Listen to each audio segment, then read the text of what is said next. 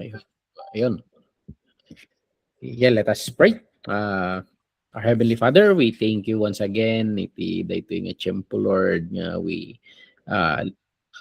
study, Lord, on the historical sermon sa last part, Lord, ng aming homiletics class. We pray, O God, na ikaw ang mag-guide sa amin, ikaw ang mag-enhance ng skill namin, Lord, at kahit sa mga examples namin, Lord, na pag-aaralan namin dito, Lord, as pagpraktisan namin, Lord, mangusap ka pa rin, Lord, sa pamamagitan ng mga principles na kino-communicate ng iyong salita. Bless mo ang mga kasama namin, kahit yung mga wala dito, Lord, na susubaybay sa YouTube version, Lord, ikaw ang gumabay rin sa kanila. Bless mo ang bawat isa sa amin. Itong hiniling namin sa pangalan ni Jesus. Amen. Okay, so last time, pinag-aralan natin itong introduction ng historical sermon. So nabanggit natin last time na overlapping minsan itong historical saka yung biographical. Kasi biographical is simply history also. But ang pinagkaiba lang, historical is more on the event, isang pangyayari. Samantalang ang biographical is more on the person. So yun lang yung pinagkaiba ng dalawa. But the principle overlaps, nag-overlap ito. So na-discuss natin noong nakaraan itong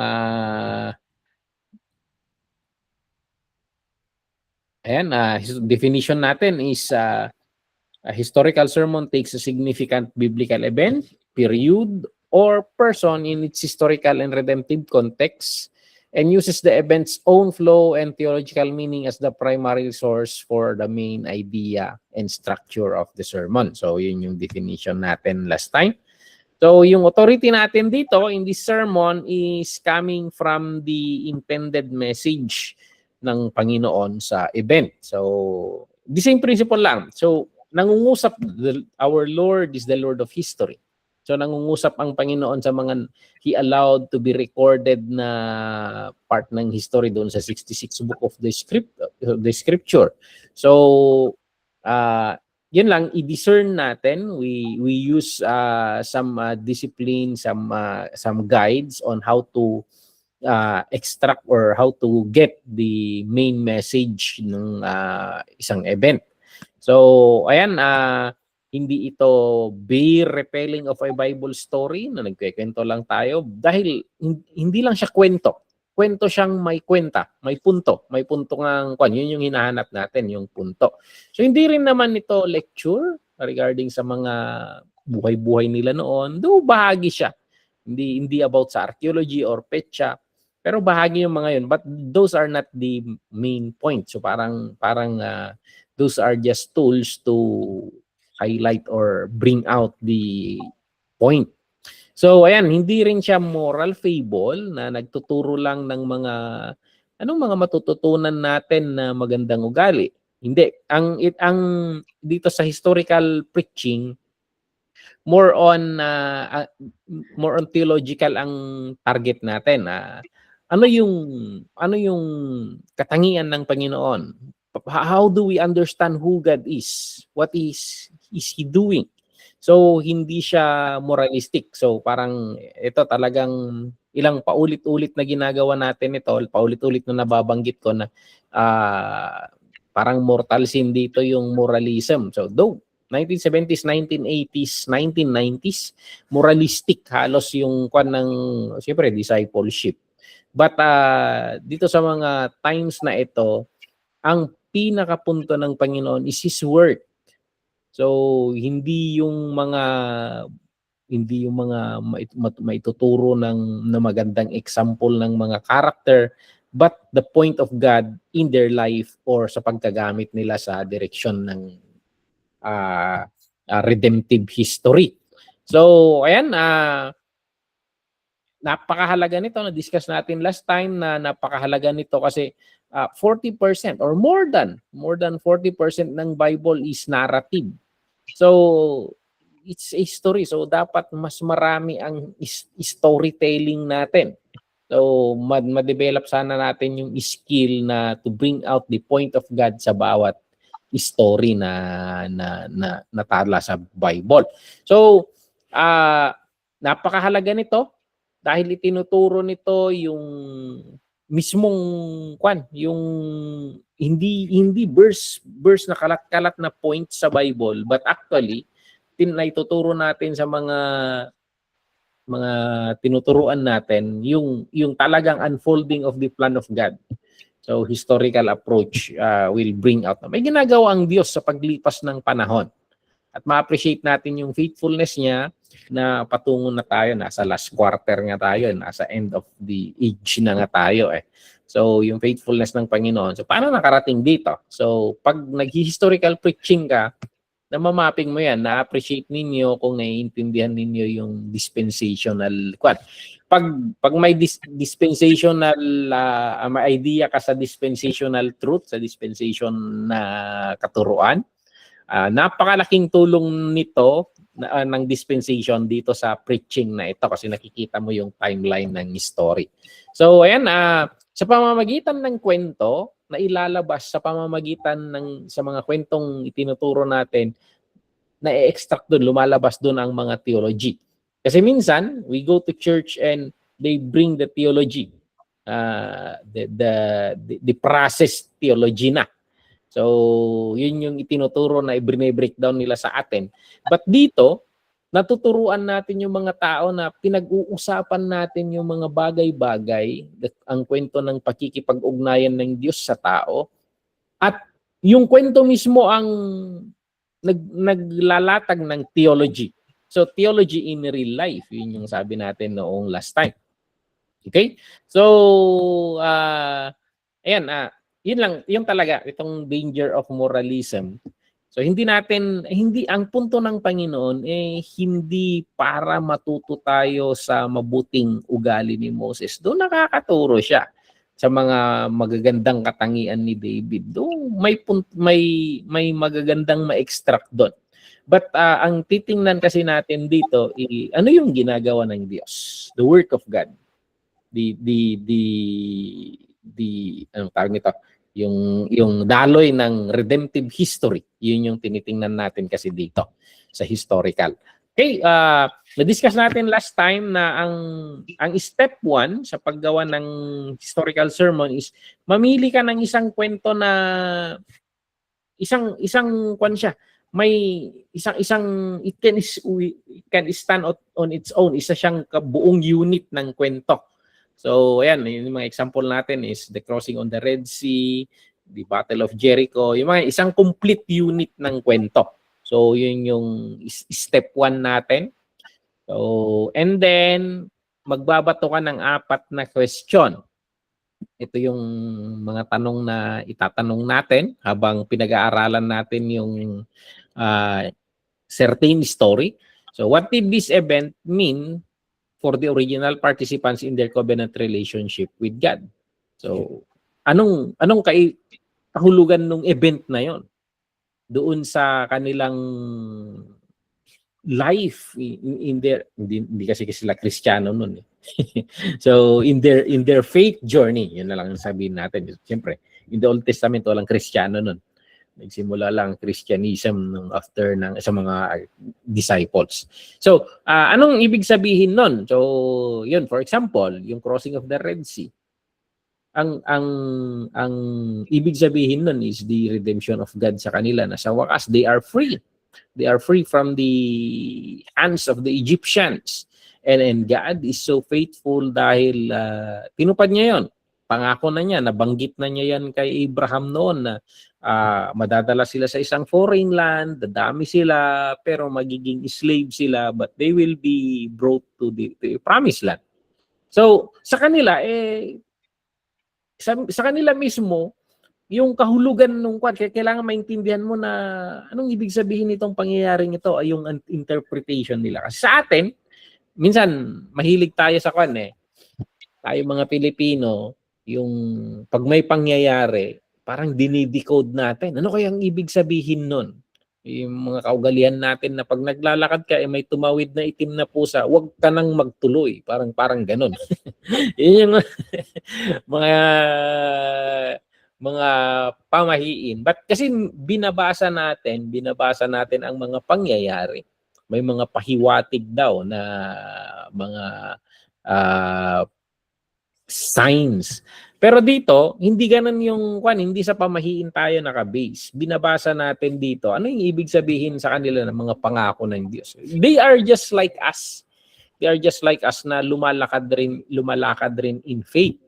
So ang mga event na nangyayari sa kanila ay directly connected rin sa kanilang covenant sa Diyos. So yun, itanong natin yung kahulugan sa kanila mismo nung event na yun. So yun yung i-try natin i-imagine, i-try natin na i-decode. Okay? Pangalawa, what does this event reveal about God's character? Ito. Ang bida, sabi nga natin, lahat ng kwento sa Biblia, it is about God. So, though upfront si David, upfront si Moses, upfront itong si Joshua, upfront itong mga karakter na ito, but actually, kahit sila yung nababasa natin, they are the supporting characters. Ang talagang bida sa Biblia is God. Kaya sa atin sana is, ang skill natin is hanapin ang Diyos sa kwento. So sa nangyayaring yun, ang kwento ay tungkol sa Kanya. Hindi yung mga karakter, backdraft lang yung buhay ni Joseph, backdraft lang yung buhay ni Joshua, buhay ni Moses, buhay ni David, buhay ni Abraham, backdraft lang. Ang talagang kino-communicate ng Biblia is who God is. What is His character? Ano yung mga sinasabi niya? Ano yung mga pangako niya? Ano yung plano niya? Yung ginagawa niya? Yun yung hinahanap natin. Okay, so we train our eyes to find God in every story. Bilang mga preachers in this historical sermon, yun yung trabaho natin na siya yung gawin nating upfront. Okay? Kasi yung pagkakasulat ng kwento, ewan ko, medyo shy type ba ang Panginoon? He always goes behind the scene. But I don't know. May style ang Panginoon na ganun eh. He uses parables. He uses mga ganun. Sabi niya so they see, seeing they do not see, hearing they do not hear. I don't know. So yun siguro yung style ng Panginoon na yung those who sit down, ponder, examine, doon yung nakakakuha ng revelation. So we develop that skill. So ayan, dito, what does this event reveal about God's character? Dito, ito yung mga i-notes natin.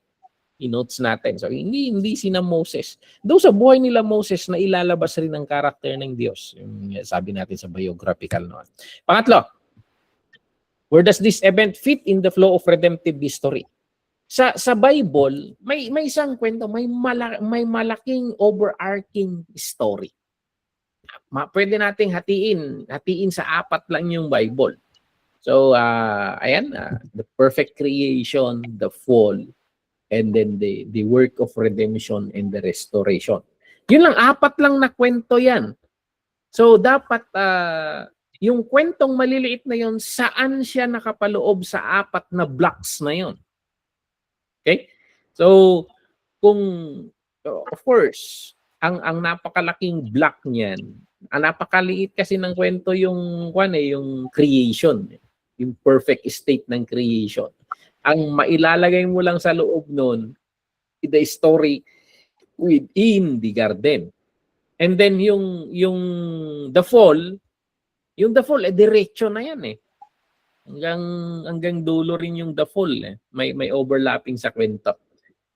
Pero doon sa fall, nagsisimula rin yung work of redemption.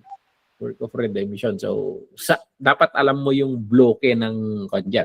So, especially, ang peak ng redemption is the coming of the Lord Jesus Christ, His crucifixion on the cross, and His resurrection. Yan yung peak ng work of redemption. And then, after nun, nung pagbalik ni Jesus Christ, nasa phase na tayo ng restoration. So, yan, we are being changed from glory to glory. So, restoration phase na yung restoration phase na yung dulo. So dapat alam mo yung blocks. So ayan, so itong kwentong ito, saan siya natatapat doon sa flow of redemptive history? So dapat marunong kang mag-interpret doon para alam mo yung big picture, alam mo yung specific picture. So, dami mong makikwento diyan.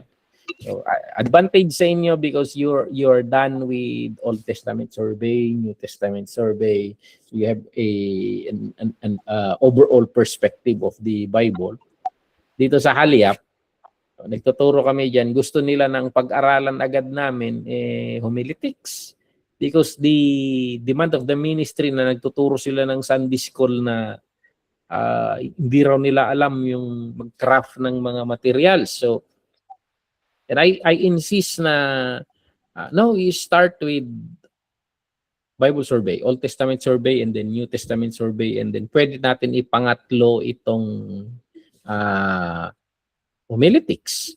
Kasi sabi ko, mamomroblema kayo pag nagpa-requirements ako, mamomroblema kayo ng mga example. So dito anong gagawin mong sermon kung wala kang comprehensive view doon sa big picture ng Bible? So ayan, so sa inyo, marami kayong na-appreciate na dito na nakaka-relate na kayo, nakikita ninyo because you've seen. So I always say na I'm a big picture pastor. I always say the big picture. So, ayan, develop nyo yan. Where does this fit in the flow of redemptive history? And then, pang-apat, what is one overarching theological point? Ay, sa alang-alang mo dito ngayon yung nagsulat. Ano kaya yung point na kino-communicate niya? Ano yung intensyon niyang iparating sa mga mambabasa niya? And yung point niya, yun yung i-state mo as your big idea. Okay? So, ayan, of course, pag na-kumpleto mo na ito, ready ka na to craft the sermon. Okay? So, parang ito, gathering of information ka muna. You are asking the right questions. These are the good questions that will guide you in crafting sermon. Pag na-craft mo na yung first part, alam mo na yung co-communicate mo, alam mo na yung tutumbukin mo, meron ka ng big idea. Mag-fill in the blanks ka na. Susunod mo na yung theme. So, ano yung tema na hina-highlight nito? Gusto mong i-preach. Theme and then text, of course, yung scope ng kwento. And then, yung proposition mo. Ano yung gustong, i-restate mo yung big idea mo and then i-restate mo na yung gusto mong gawin ng mga tagapakinig mo. So, proposition. Or ano yung propose mong direction ng and then, ayan, sunod-sunod na yung part na yun. IS, yung question, yung transition, and then, I don't know kung paano mo i-break yung sumunod kasi may breakdown tayo ng flow. So, tingnan natin mamaya. Paano mo i-breakdown yung flow ng story mo? May mga points ba? Or may mga sections ng story. Kaya pag historical sermon, magkwekwento ka dyan.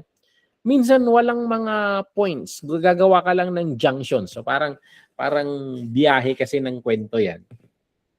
Kung, for example, pupunta ng Solano. I don't know, na-imagine ni Sister Rod ito kasi hindi siya taga rito. Pag pupunta ka ng Solano, parang isang biyahe yan. Isang biyahe. Gagawa ka ng mga junctions. So, ayan, first stop is maybe pag galing dito sa Mission House, Lamut, and then Bagabag, and then Bagabag Junction, and then Solano. So, parang ganon. Saan yung mga stopovers mo? Stopovers mo sa sermon. Kasi narrative yan magkwekwento ka. So, yun yung papatayin mo ang oras mo dun sa body. So, i-discuss mo yun, nagkikwento ka lang.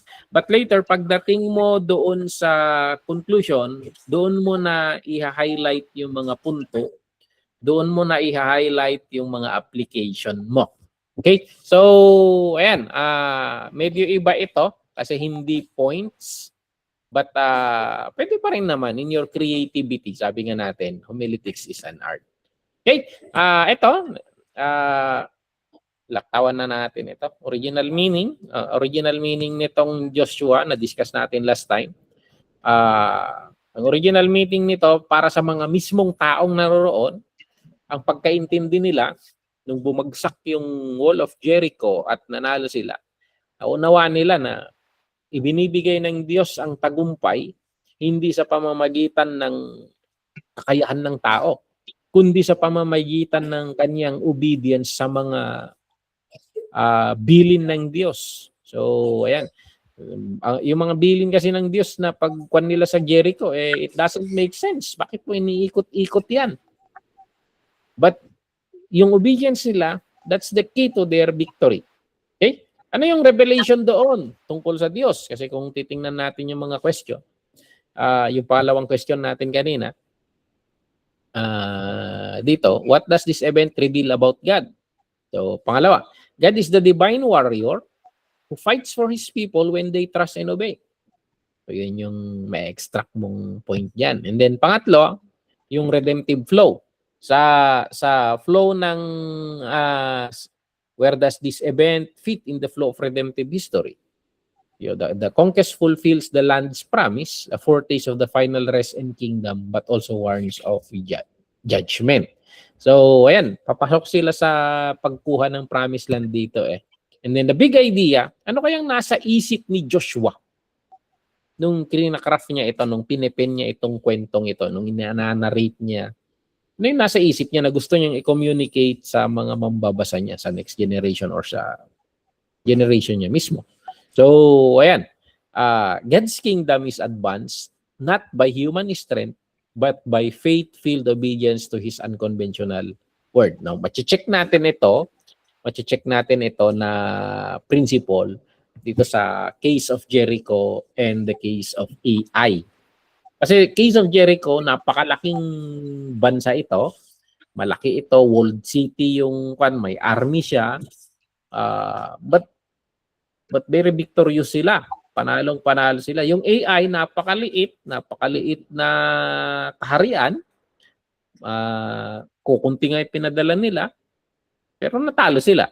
So, dito, may check mo yun yung paano sila nananalo. God's kingdom is advanced not by human strength, but by faith-filled obedience to His unconventional. Sa AI kasi, the case of AI, ang instruction kasi, wala sanang kukuha ng kahit ano sa Jericho. But they disobeyed that instruction, at sa pag-disobey sa instruction na yon, yun yung nag-cause ng kanilang pagkatalo. So, yan. Yun yung ma-check natin dito na may test natin na tama yung God's kingdom is advanced not by human strength but by faith-filled obedience to His unconventional work. Okay? So, and nire-review lang natin ito. Then pupunta na tayo. So na-discuss rin natin ito na pag hindi tayo maghi-historical. Hindi tayo maghi-historical sa Diyos. Sa akin, this is my style. Kahit nagte-textual ako, nagtatopical ako, or I always give a historical background. Ipinapakita ko pa rin sa congregation kahit yung text na isang verse, binibigyan ko sila ng background.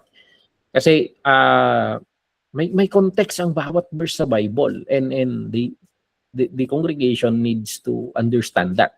So ginagawa kong ganun lagi, may kwento lagi ako sa likod ng discussion. Okay, so para matrain yung utak ng mga member na ganun pala ang mag-aral ng Biblia. Hindi mo pira-pirasuhin. Intindihin mo pala yung nangyayari sa kanila, at yung mga punto na nakikita doon, yun yung nagiging application sa atin. So, wag kang maghanap agad ng life lesson. So, tingnan mo muna kung anong nire-reveal niya tungkol sa Diyos dito. Okay? So, ayan, assignment ninyo last time ito, Mark 4:35 to 41. I don't know kung naasikaso ninyo. I know you are busy people dyan sa Hong Kong. So, ayan, and papasok tayo dito sa pangalawa natin. Now, doon sa pag-aaral ninyo sa Mark 4:35 to 41, this is the story of yung pag-cross nila sa dagat. Okay? So, let's go to the other side, sabi ni Jesus. So, Mark 4:35. So, Familiar kayo sa kwentong ito. 4:33. So the Lord will stop the wind and the waves dito sa kwentong ito. And ayan. Now, ito, babasa ko dito. Sa 34 to 35 to 41. Sabi dito sa, grabe naman, Tagalog na lang. Nandito si Sister Rodeline. Ilocano yung nakabukas na Bible ko. Ang salita ng Diyos. Yeah, ito yung gustong-gusto kong translation. The NIV type. Okay, dito sa 35 sabi, kinagabihan, sinabi ni Jesus sa mga alagad niya, tumawid tayo sa kabila ng lawa. Kaya iniwan nila ang mga tao at naglayag sakay ng bangkang sinakyan ni Jesus. May mga bangka ring sumunod sa kanila.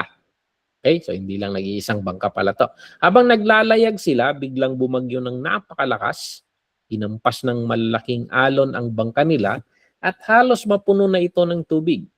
Si Jesus ay nasa hulihan ng bangka at natutulog ng nakaunan. Ginising siya ng mga alagad niya at sinabi sa kanya, Guro, malulunod na tayo. Baliwala lang ba ito sa inyo?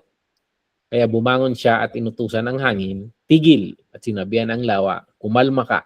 Tumigil nga ang hangin at kumalma ang alon. Tinanong niya ang mga alagad niya, bakit kayo natatakot? Wala pa rin ba kayong pananampalataya sa akin? Takot na takot silang nag-uusap-usap. Sino ang taong ito?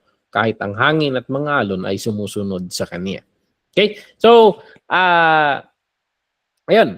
Yung itetest natin ito.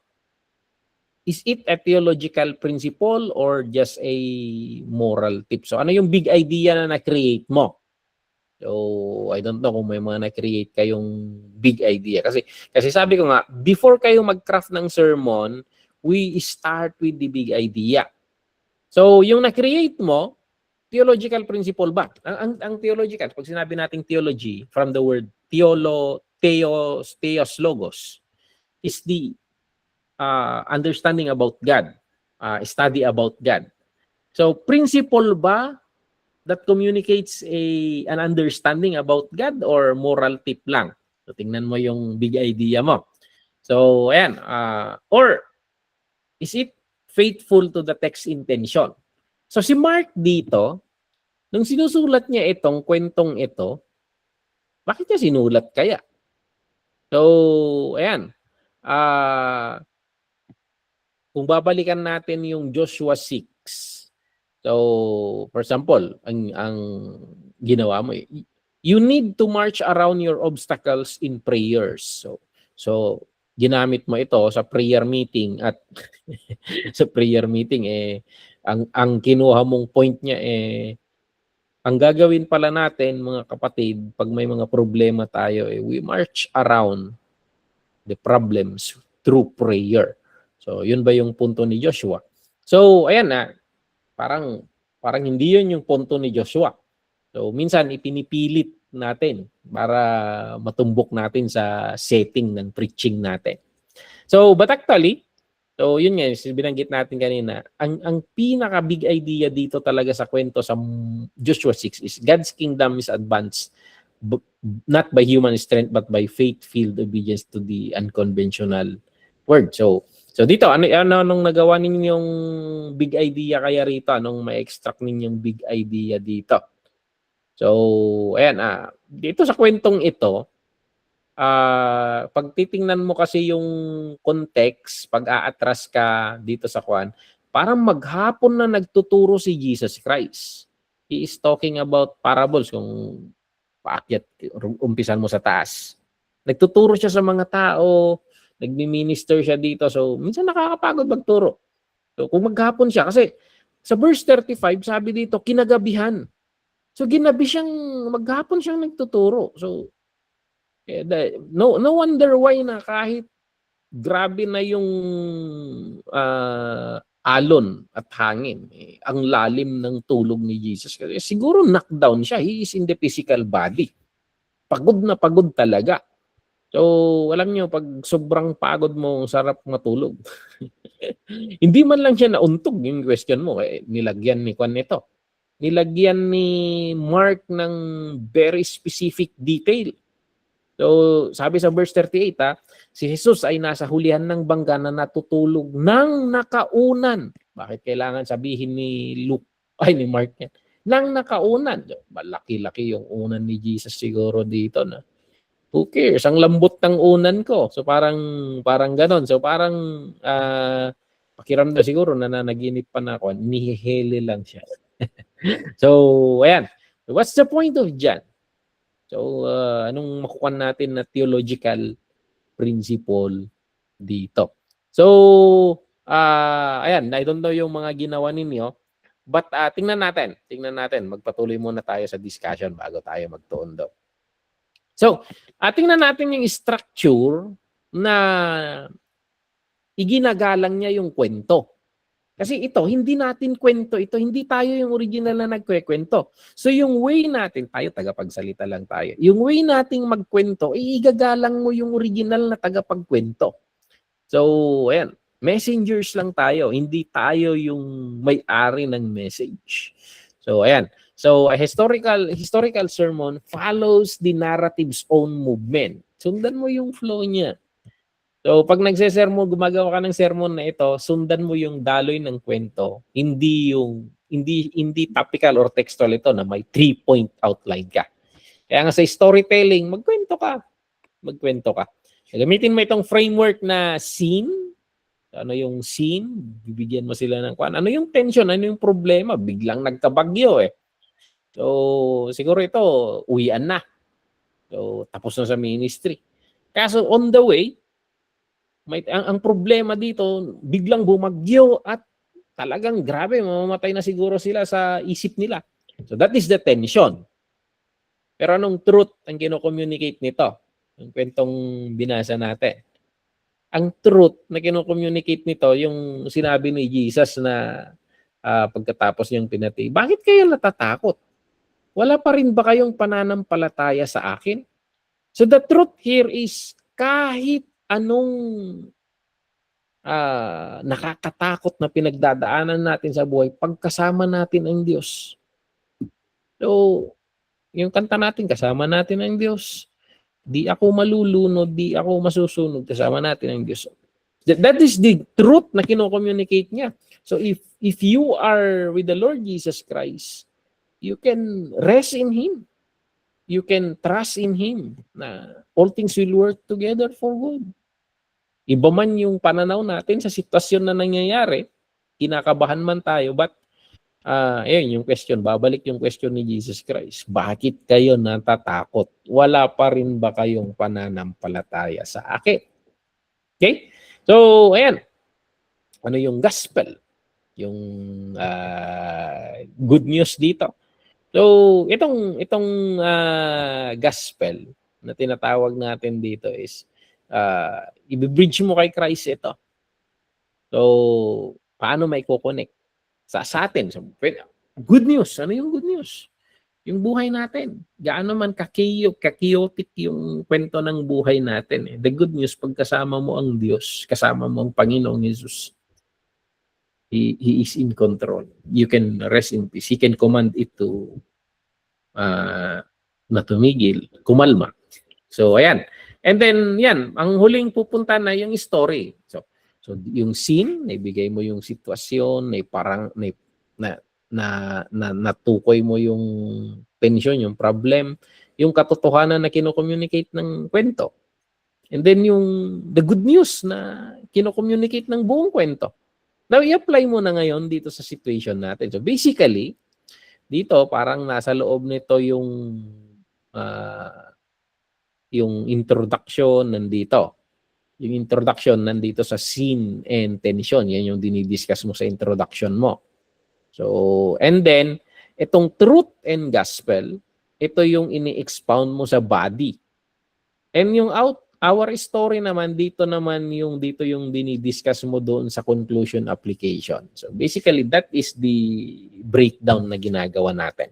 Okay? So, yan yung framework na gagamitin natin. Ito, step by step. i-send ko later tong notes rin sa inyo.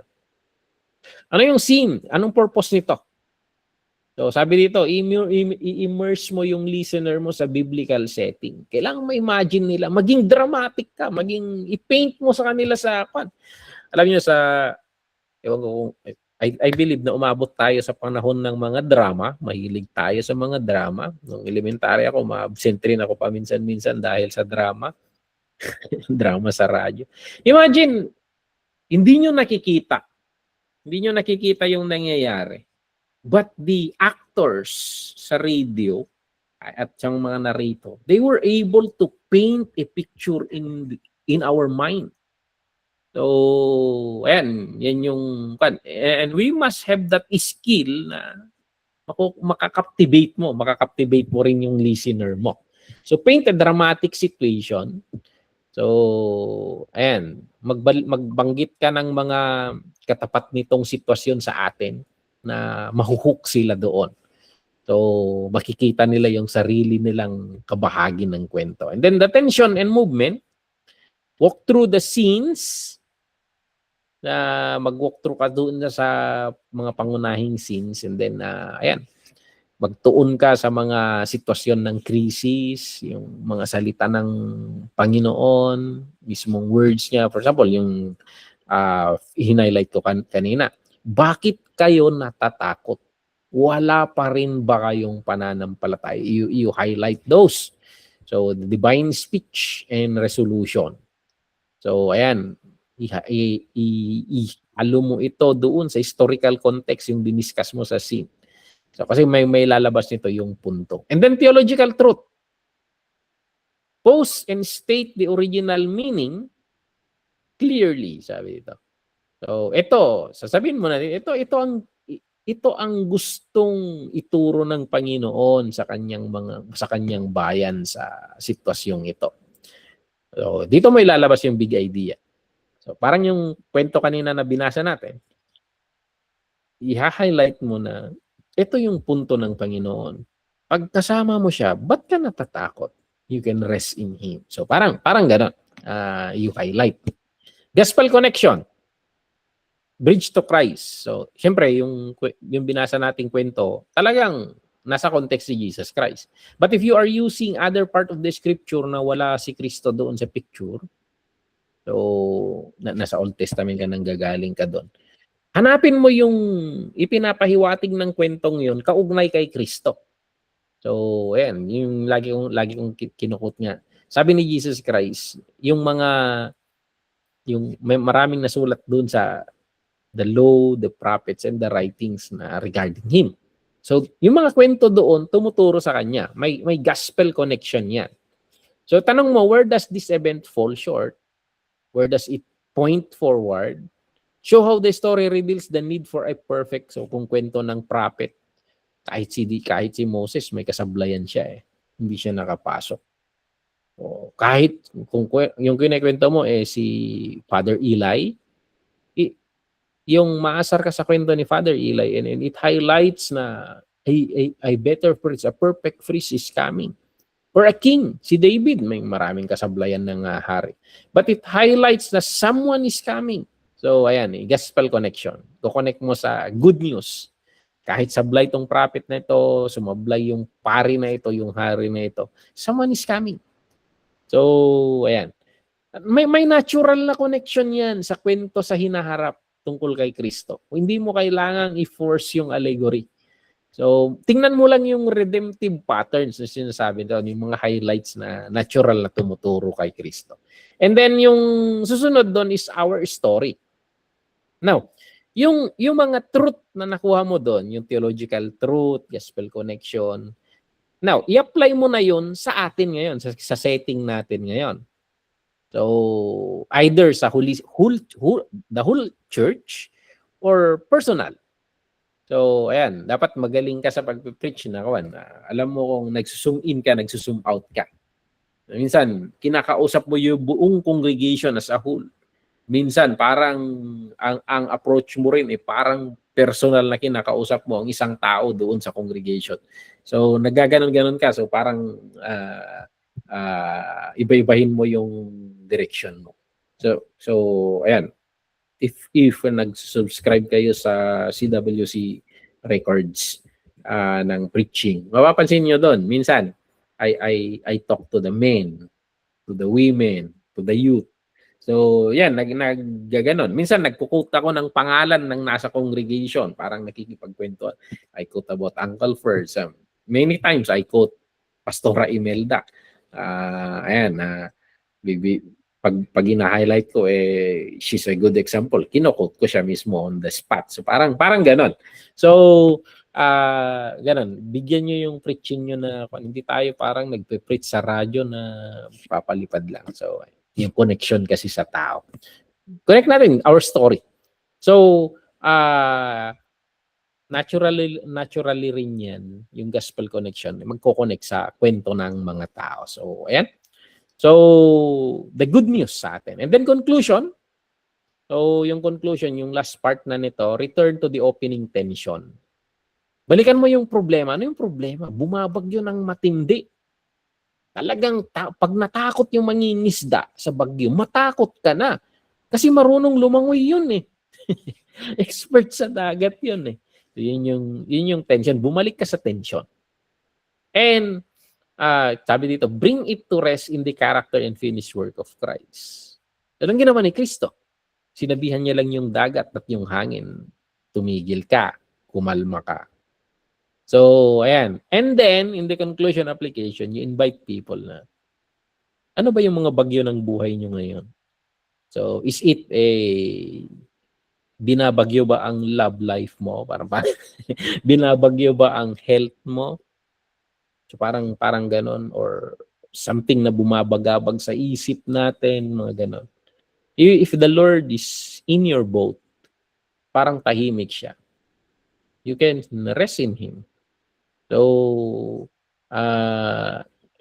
yung approach lang kasi nila sa Panginoon, galit pa sila eh. Guro, malulunod na tayo, baliwala lang ba to sa inyo? So, anong matututunan natin dito? Huwag kang magdabog. Lord, pwede mo naman sabihin ng maayos eh, Lord, natatakot na ako. Natatakot na kami. Pwede po bang pasaklolo? So, parang ganon. So that can be, there's a right approach to the Lord. Bakit mo dinadabugan ng Panginoon? Yan yung So ayan you can para kang Moses dito eh, pinapalo mo ang Panginoon eh, pinapalo mo yung bato eh. So, parang ganon. So yung sabi, start speaking, talk, ask favor to the Lord. He is good. He is good in heart and compassionate. So ayan. That is yung example natin ng Mark. Okay? It's already 11. So, 16 out of 25 slides. But anyway, hindi ko na, ito yung na-discuss ko na kanina. So, bumabagyo, tension. Teacher, don't you care if we drown? Yan yung tension. Movement. Ni-rebuke ng Panginoon yung waves. Ni-rebuke niya rin yung disciple. Alam mo, napansin ako dito sa kwentong ito. Takot na takot sila sa bagyo.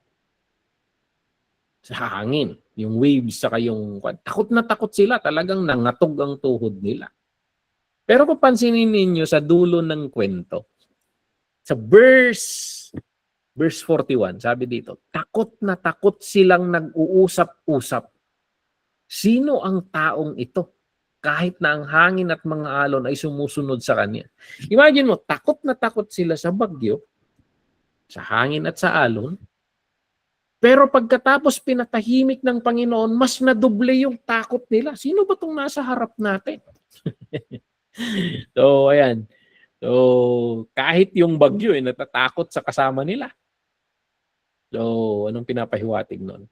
So, minsan, kasama natin ang Panginoon, but hindi kasi natin kilala. Ang alam nila sa Panginoon kasi yung taga Nazaret, yung anak ng karpintero. Yung tropa nilang si Jesus. So, pwede siguro, tagal na natin kasama ang Panginoon pero hindi pa natin lubos na kilala. May He reveal Himself to us and may we be in awe of His greatness. So, ayan. So, ayan, napansin ko lang yan. takot silang nag-uusap-isap. So, akala ko ba pag tumigil ang bagyo, wala na yung takot nila. Mas natakot sila sa Panginoon. Sino pong kasama natin? Bubasa nila sa Psalms yun. Yahweh, sinabihan mo ang hangin at ang alon na tumigil at sila'y huminto. Nasa Psalms yan. So, ang takot nila si Yahweh ba itong nasa harap natin? Delikado tayo, mamamatay tayo nito. So, parang gano'n. So, truth. The one with authority over chaos is in the boat. Nasa buhay ba natin? Yung may authority sa chaos ng buhay natin. Do we trust Him? So, Gospel, Jesus entered the ultimate storm of judgment on the cross to bring us eternal calm. There will be trials and tribulation. But don't worry, sabi ni Jesus, I have conquered the world.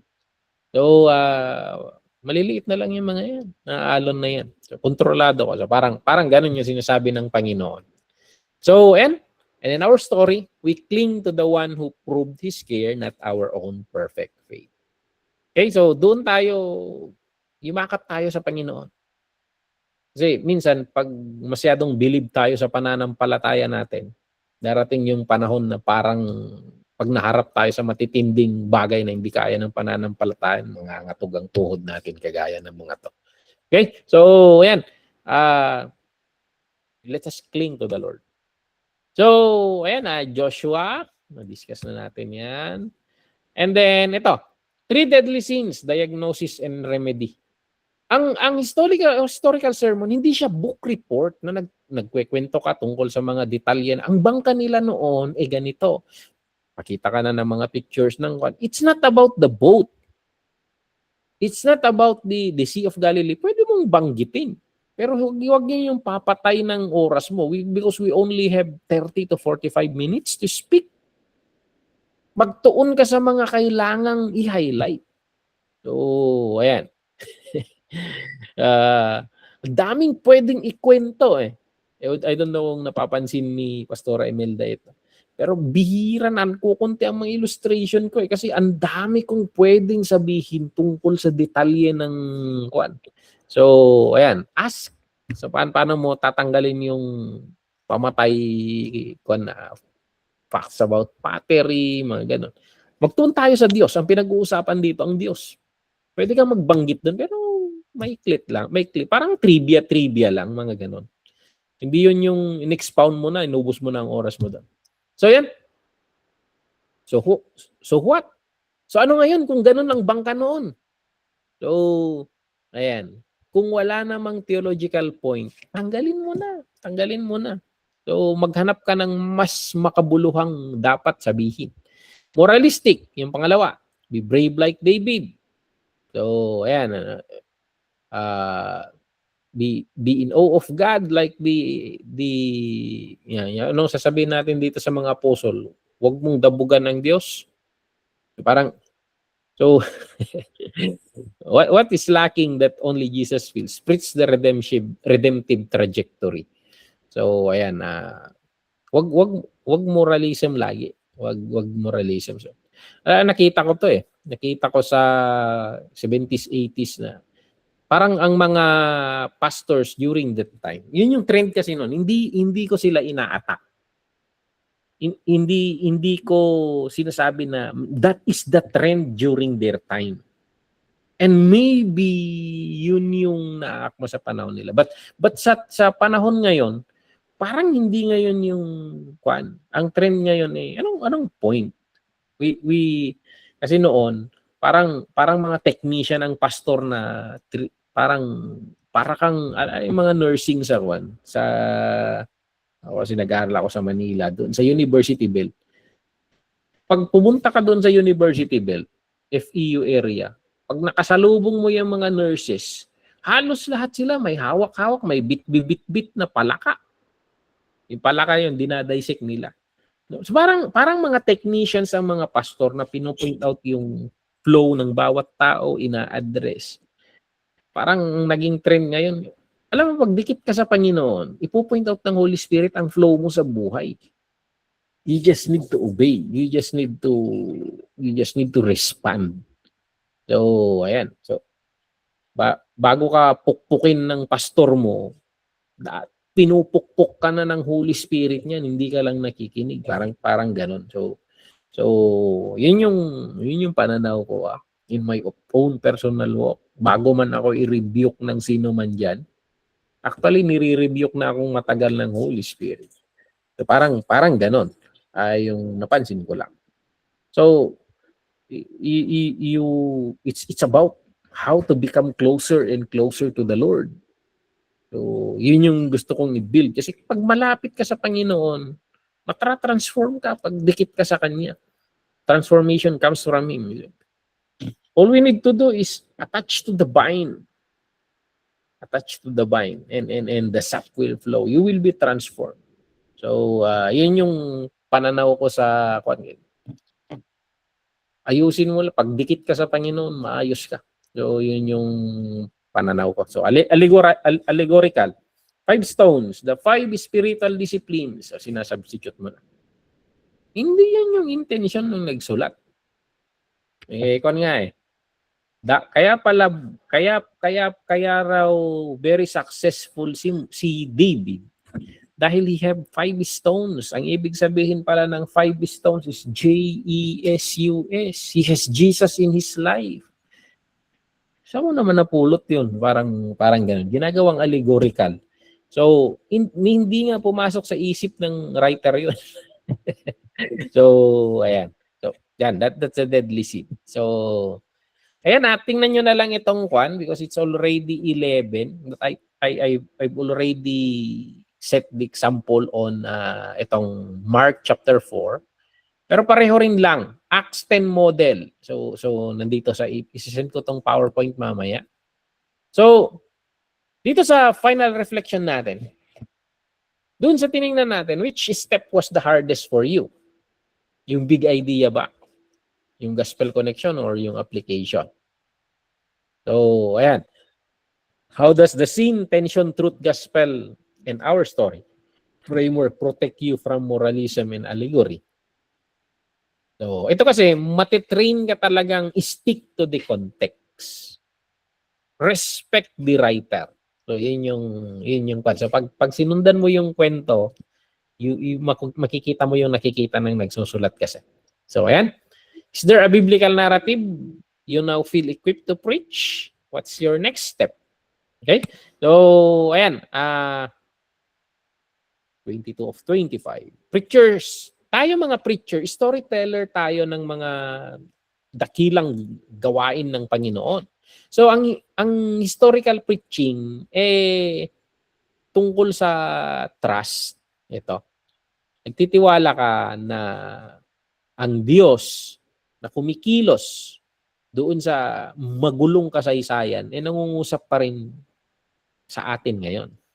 So, ayan. So, nangungusap siya doon sa panahon nila noon.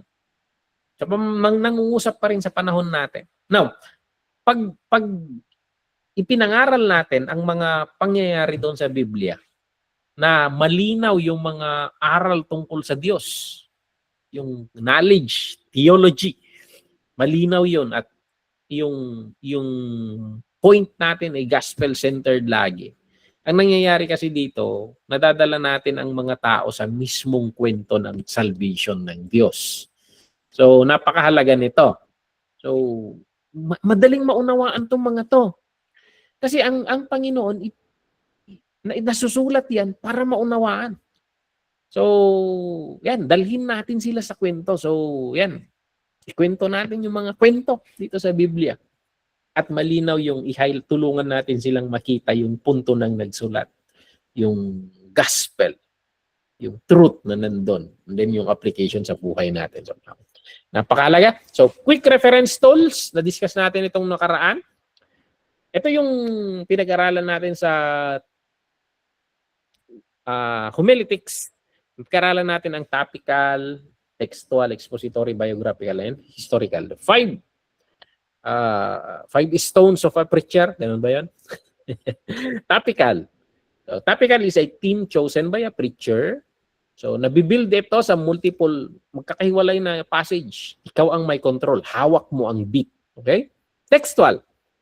A short passage, mga 3 verses. Ang main idea ay nanggagaling sa text mismo. Kahit yung points mo, madidevelop mo yun out of the chosen passages. So, ang may hawak ng bit ay yung text na pinili mo. Siya yung magdidikta kung ano yung puntong didiinan mo. Sa expository naman, yung full thought unit of the scripture. Susundan mo yung text on logic. Yung paano yung paliwanag ng nagsulat. So may hawak ng bit dito yung nagsulat. You bring out his thoughts. Susundan mo yung flow ng sinasabi niya verse by verse kung maaari. And then you expose is from the word exposit. Expose. So, i-expose mo yung pinaka-agenda niyang sabihin. Yung biographical naman, dito is yung buhay, the life and character of a biblical person. Susundan mo yung kwento ng buhay niya. Ano yung ipinapahiwatig ng buhay niya tungkol sa Panginoon? Yung kabutihan ng Panginoon. Sabi nga natin, kahit kwento ng mga tao yan diyan sa Biblia, actually backdraft lang sila. Yung kwento nila ay tumutukoy pa rin sa kwento ng Diyos. So, yan yung discipline ng biographical and even historical. Yun lang, pinagkaiban lang ng biographical at historical, yung biographical nakatuon sa tao, pero yung historical nakatuon sa event. Okay? So, pareho lang ito. Pareho lang tong dalawang ito. So, that is the 5 skills na kailangan yung i-develop. So, parang toolbox ito. Toolbox and pag mamumukpok ka, ang bubunutin mong tools, martilyo. Okay? So, pag maghihigpit ka ng tornilyo, kunin mo yung screwdriver. So, parang ganun. Mamili ka rito kung you have 5 tools dito na use it in the you don't need to choose which one ng magiging pet style mo. A good preacher knows how to use the right tool at the right time. So, ayan. May 5 kayong tools. Quick reference, yung question na 4 dito sa historical sermon. What did this event? Yan yung question, 4 na question na tinalakay natin kanina. Basahin nyo na lang para hindi ulit tayo tumagal. And then yung structure model, ito yung flow na susundan ninyo. Tingnan niyo yung scene, yung anong nangyayari doon, the tension, the truth, the gospel, and then our story, yung connection. Yung sinabi ko kanina, scene and tension, most likely dinidiscuss mo ito sa introduction mo. The truth and the gospel, ito yung ini-expound mo sa body of your message. And our story, ito yung tinutumbok mo doon sa conclusion and application mo. Okay? So, yan. And that's the end of our homiletics. I don't know kung may mga question kayo rito. But you try to mamili kayo. Doon sa 5 yon, you submit one. So, I don't know kung si Pastora Joanne, Ate Mariette, kayo lang yung na-check ko lang ang paper niya Esensya na sobrang busy. But you choose one and you make a sermon. You make a sermon and then tingnan natin, i-check natin. And then gamitin niyo ito. Lahat ng natutunan ninyo, gamitin niyo, try, you experiment. Isubukan ninyo na pag na-assign kayong mag-preach, ito muna, topical muna, or mamili ka hanggang sa matesting mo lahat yung 5 nyo. Okay? So, yan yung homiletics class natin. We've been here for several weeks. Maabot tayo ng ilang buwan. So, that's it. Magre-resume ulit tayo pagbalik natin galing Hong Kong. And titingnan natin. But ang iniisip ko is we go to hermeneutics. So, bago tayo pupunta sa ibang mga subjects. Okay? So, it's 11:18. We will end here. May katanungan kayo bago tayo mag-pray? Wala? Sige. Let us pray. Our Heavenly Father, maraming salamat, Lord, at pinili ninyong i-reveal ang inyong sarili sa amin. Maraming salamat, Lord, for the preservation of the Scripture. Maraming salamat, Lord, sa buhay ng mga pinag-aaralan namin dito. And maraming salamat, Lord, na even kami, maraming tao sa paligid namin na kami ang binabase nilang scripture dahil ikaw ay nakahayag sa aming buhay. Nagliliwanag ka sa pamamagitan namin at kami minsan ang naririnig nilang magandang balita. I-bless mo, Lord, ang aming ministry. Kaming pinagkatiwalaan mo, Lord, na magbahagi ng iyong mga salita, O God. Gamitin mo ang mga napatutunan namin para mas maipaliwanag ka namin ng mas malinaw at mas maunawaan ka ng mga tao at mas lumalim sila sa kanilang pananampalataya sa inyo. I-bless mo ang bawat isa sa amin, Lord. Gamitin mo kami sa mga paraan, Lord, na maibabahagi namin ang magandang balita. Maraming salamat, i-bless mo ang bawat isa sa amin, Lord. Kahit yung mga manonood sa recorded version, ikaw ang mag-bless sa kanila. Hiling namin sa pangalan ni Jesus. Amen and amen. Amen. Thank you, Pastor. God bless. Happy graduation, Hobalete. Night. Another one na natapos natin. Thank you, Pastor. God bless po. Good night. Good night sa